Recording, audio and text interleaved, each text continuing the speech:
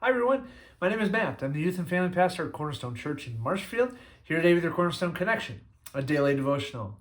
So I don't know how long you've been following Jesus. Maybe you don't follow Jesus, but let's just say you do, okay? And I don't know how long it's been, but have you ever wondered, have you ever been somewhere in your walk with the Lord and you've asked the question, what's the point of all this? What's the point of me believing in God? What's the point of me following Jesus? What's the point of me changing the way I live because of Him? Is it even making a difference? Does it really matter?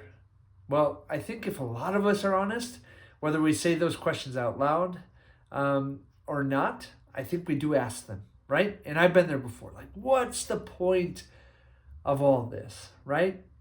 And we see today, as we get into 2 Kings chapter 23, we see the young king, King Josiah, who's the king in the region of Judah, and he became the king at 8 years old in chapter 22, just a chapter ago, and he will reign as king of Judah for 31 years. And in Josiah, we see this glimmer of hope for the people of Israel. You see, so many of these kings have done what is evil in the sight of the Lord, but 2 Kings 22 verse 2 says that Josiah did what was right in the eyes of the Lord. And one of the biggest things he did that was right in the eyes of the Lord is he followed the book of the law of Moses. And when Hilkiah the high priest came to him with that book of the law, then King Josiah, we see at the beginning of chapter 3, he reads that book of the law to the people for them to hear so that they can respond. And we see throughout most of chapter 23 that King Josiah decides we are going to follow God's law. We're going to follow his word. And so he goes all throughout the region of Judah and begins to purge the region of any evidence of worshiping false gods and any evidence of any sort of idols that were set up and burning everything and purging the land of anything that would go against God's word and against God himself. In fact, we get to 2 Kings chapter 23,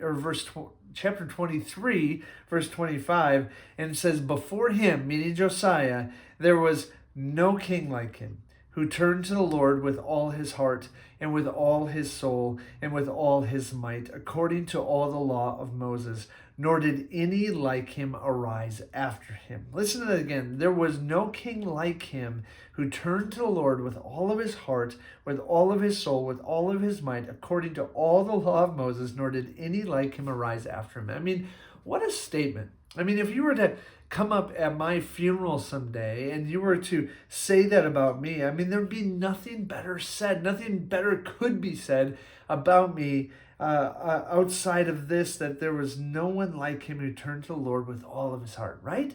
I mean, that's incredible. Those are incredible words that are said about King Josiah.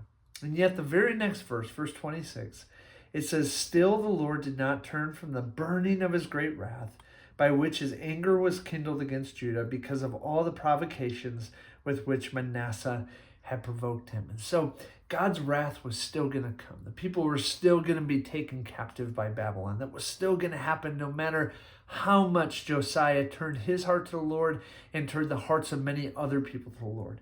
And not only that, we get down to towards the end of 2 Kings chapter 23, after Josiah dies, in verse 29, it says, his servants carried him in a chariot from Megiddo and brought him to Jerusalem and buried him in his own tomb. And the people of the land took Jehoahaz, the son of Josiah, his son, and anointed him and made him king in his father's place. Okay, but then we get down to verse 32. And he, that being Jehoahaz, he did what was evil in the sight of the Lord. So all the right that Josiah had done, all the good, all the godly things that Josiah had done, still God's wrath was going to come for Judah, and still his own son that would assume the throne after him wouldn't follow in his father's footsteps. He would still do evil in the sight of the Lord.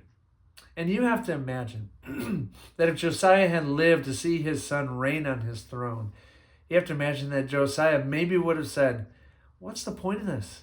Why did I turn my heart to the Lord? Why did I follow him with all of my ways? Like, what is the point?